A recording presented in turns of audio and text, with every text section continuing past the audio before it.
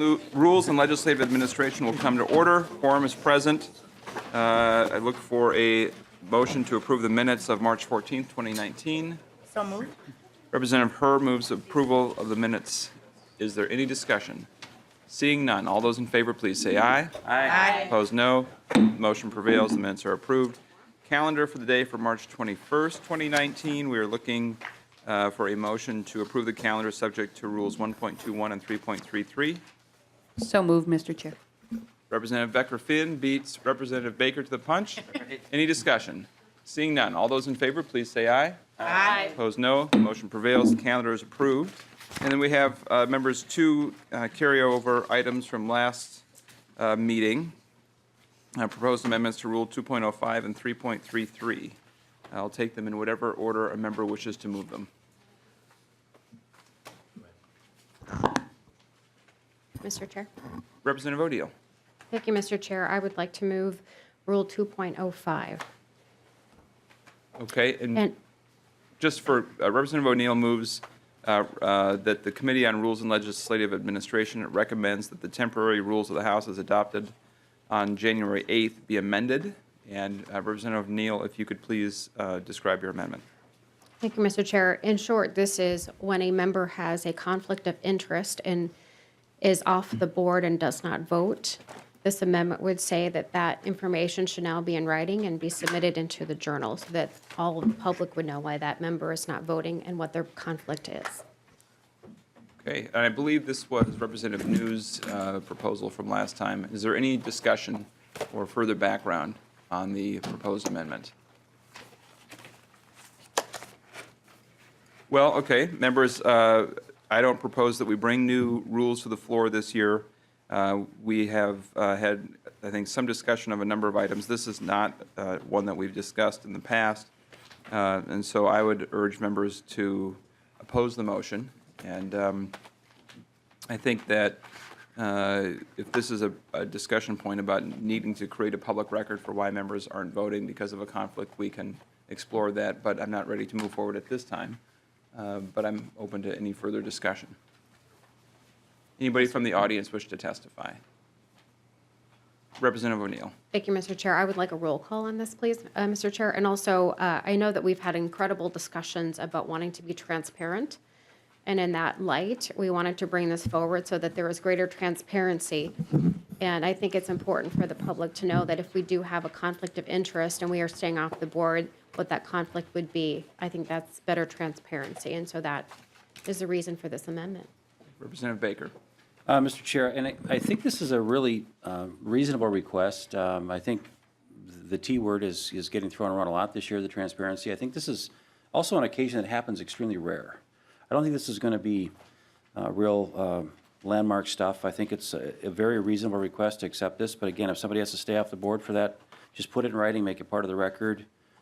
I just think it shows us that we're really doing our due diligence. I think it's a good rule change. Representative Becker-Finn.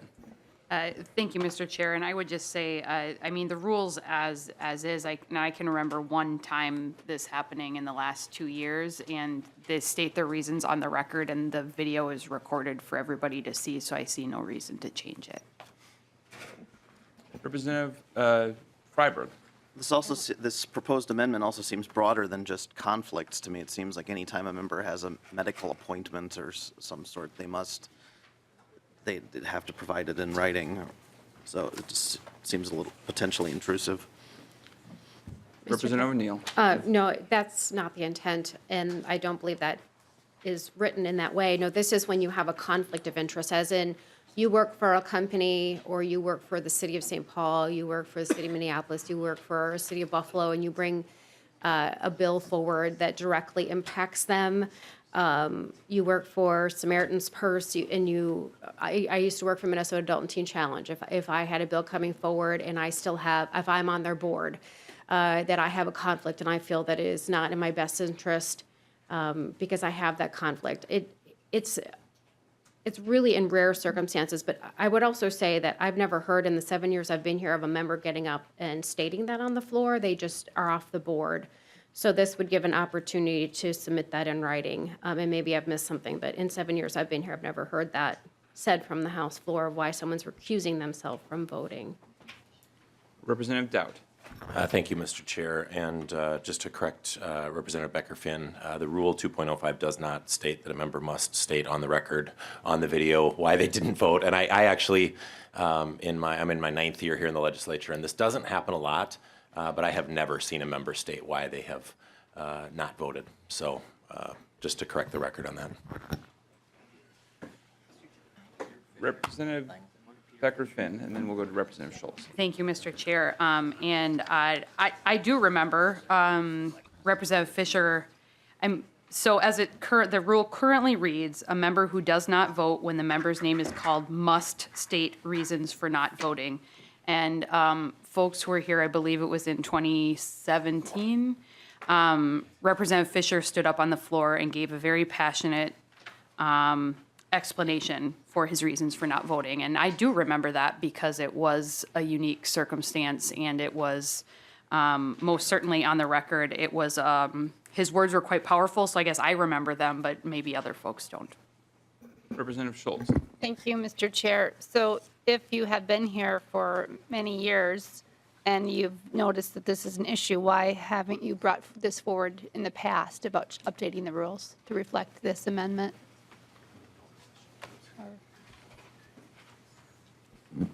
Mr. Chair. Well, now I've got 3 hands Sorry, up, so I will defer to Representative Dowd. Representative Dowd.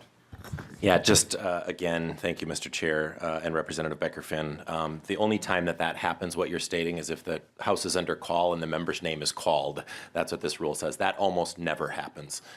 If the House was placed under call and each member's name was called for that vote, and the member chose not to vote, to stay off the board, and then stated why they, that's what would force what you're stating to happen. Otherwise, normally when a member stays off the board, there is no rule that tells them that they should explain to the House why they haven't voted or what their conflict of interest was. Any further discussion?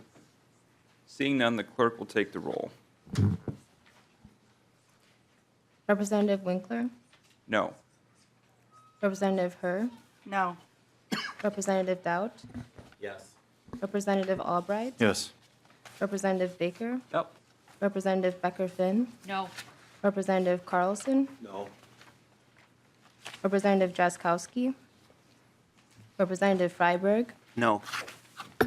Representative Garofalo, Representative Hassan, No. Representative Howard, No. Representative Lilly, No. Representative New, Representative Olson, No. Representative O'Neill, Yes. Representative Pulowski, No. Representative Pinto, No. Representative Schultz. No.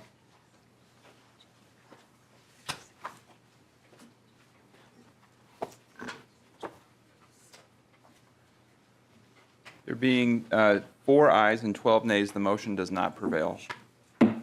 Now we have the Rule .33, which I believe is Representative Baker's. Yeah, Mr. Chair, I'd like to move, to remove Rule 3.33, basically the 24-hour amendment rule. So Representative Baker moves that the committee recommend that the temporary rules of the House be amended by deleting Rule 3.33. Discussion to the motion. Representative Baker. Mr. Chair, I brought this up, I think it was last week, regarding some of my concerns that I had witnessed personally in the Energy Committee, and concerned that amendments were not heard. They were heard in a way, actually, they're not heard yet. They're still delayed, and they were put on the side with the bill that's being laid over. And we'll never get that same time to have that conversation with the same folks in the audience, the testimony that was given. And even though this doesn't affect what I'm talking about today on the House floor, Mr. Chair, I think, again, even last night was a good example of our discussion, and good discussion, on opioids, and that complex legacy-type bill that a lot of members in the body didn't hear except for the first time last night. I struggled, and I wanted to work really hard with our chief author about the sunset clause, and I think we're going to continue to work on things. But last night might have been an opportunity to try to work on some things that might have actually worked, and if we would have been able to consult, off to the side, we might have been able to do some things. But it's just those kind of things, I think, make our work better. It makes members more engaged. I think that they are reading the bills closer, and I think they're paying attention more to what this is actually doing on the House floor. When anything leaves the House floor, it's the House position. And if you love it or hate it, sometimes you don't get a chance to really understand it until you start hearing testimony and great testimony from other members that have heard it several times. And I think that it's sort of stifling some very good ideas from half of the body that has really not had a chance to really identify what they can add to this conversation by a possible really super amendment that might do a lot of good things. So I just add it to the conversation today, folks, and I'd like to be able to have an open, honest conversation about this. I think I've never seen it here, I've never lived it, but I know it's been very well used on both sides before. I was told when I first came to the body back in 2015, it was really a good thing for the minority. Now, saying that, I think that when you were in the minority, Mr. Chair, I think you chose not to at the time. I think it's a good thing. Now that I can see it, it makes it more understandable that this might be a good idea. So I wanted to bring it up to rules today, and I would hope that we could have a good conversation. Representative Schultz. Thank you, Mr. Chair. I think if that situation happens, Representative Baker, that there's something that needs to be amended before it leaves the House floor, that you can suspend the rules and make that motion to suspend the rules and bring forward an amendment. Representative Pulowski. Thank you, Mr. Chair. I'm going to speak against the amendment, and I'm speaking against it because we use with regularity the word transparency. And the word transparency means you can see through it. I don't really want a government you can see through. I want an opaque government. I want a government that this is what it is. If I can see through it, there's a problem somewhere, and I'm not exactly sure what I'm seeing. This addition to the rules was brought forward because we would have hundreds of amendments that would be lined up on the bench in front of us.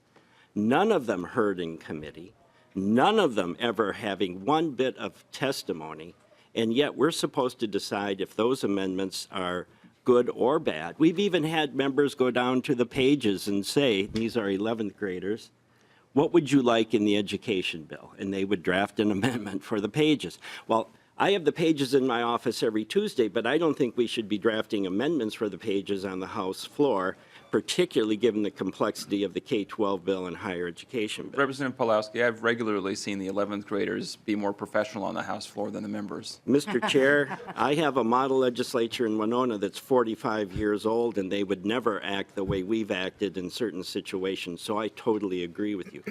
But this amendment, if these are posted 24 hours in advance, the public does have an opportunity to take a look at the amendment. They do have an opportunity to tell us what idiot put that amendment up and what the amendment actually does. And that is what we need to hear. Most of the sort of cooperative work that we like to think happens on the floor isn't cooperative work. It's partisan work.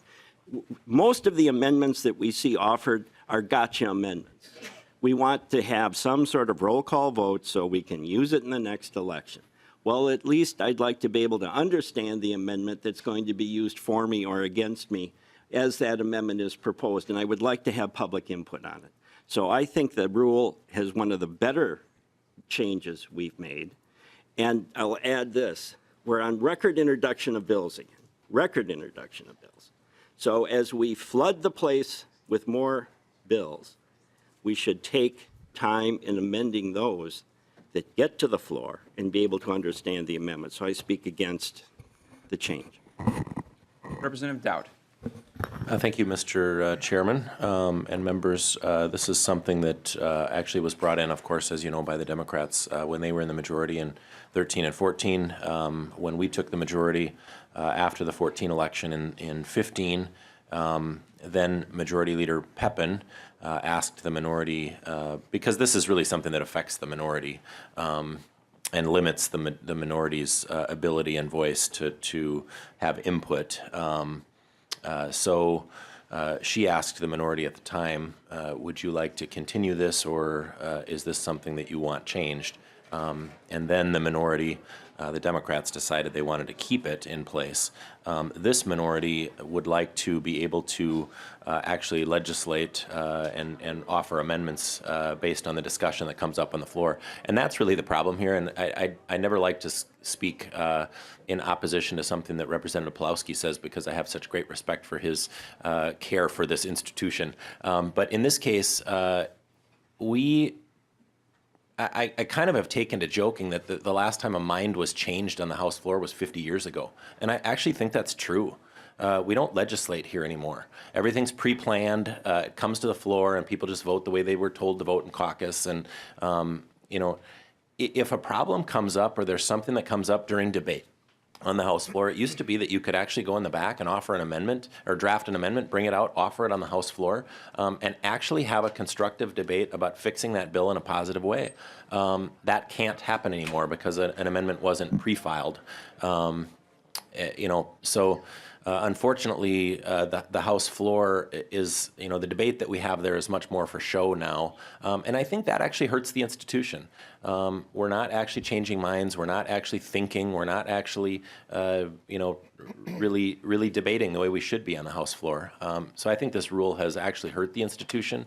And I would be in favor of, you know, keeping an underlying procedure in place where we can still pre-file amendments, but we don't, you know, the part of this rule that I don't like is that we don't allow amendment to be drafted if something actually comes up on the House floor where we realize during debate, where we're actually participating and legislating, that a bill needs to be changed because there's a flaw in it.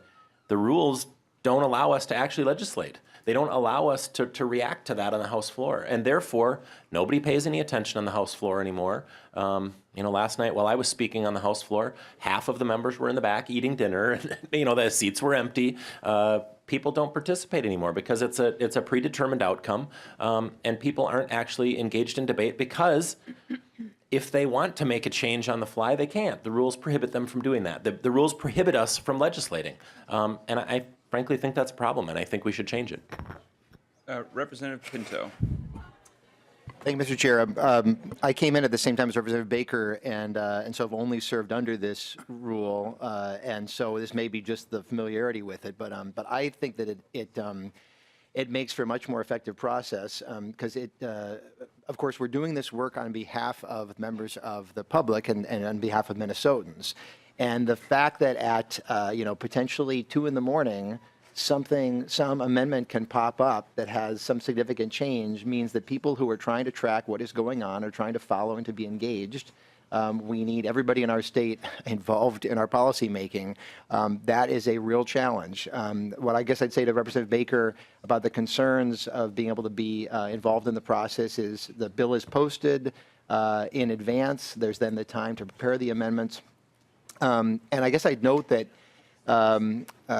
this was put in under one majority, and the minority expressed a lot of concerns. Then when the majorities flipped, there were 4 years in which this was not changed. If this is truly harmful to the institution, if that's the concern, and it's not about this is enhancing minority rights or whatever, but this is hurting the institution, the then majority had 4 years to change it, and not a change was made. And as I say, I think that it is a helpful thing to the institution in my experience. Again, maybe limited based on what I've seen, but I would oppose this motion. Thank you, Mr. Chair. Members, I have 2 more people on the list. We are over time, and I'm open to either continuing this conversation to our next Rules Committee meeting or just trying to proceed to a vote. Representative Hassan, did you have a comment? Representative Pawlowski, is that acceptable? It's acceptable to me, yes. Okay, so members, all in favor of the Baker motion to amend the House rules by eliminating Rule 3.33, please say aye. Aye. Opposed, say no. No. The motion does not prevail, and members, we are adjourned. Well, I have an intent at the next meeting to bring an amendment on behalf of Rick Heller. This is something that Representative Thiessen and I both agree on, that this body can do a better job with our access to those that have hearing or vision impairment. And Rick Heller's very passionate about this, and he did give me an amendment today, but you have all not seen it, and I'm not totally comfortable with it, so I'm going to work on it, Mr. Chairman, and I would like to bring that, because I think it is something that we do need to talk about. Representative Dowd, we can also talk about other means of addressing that issue. Perfect, thank you.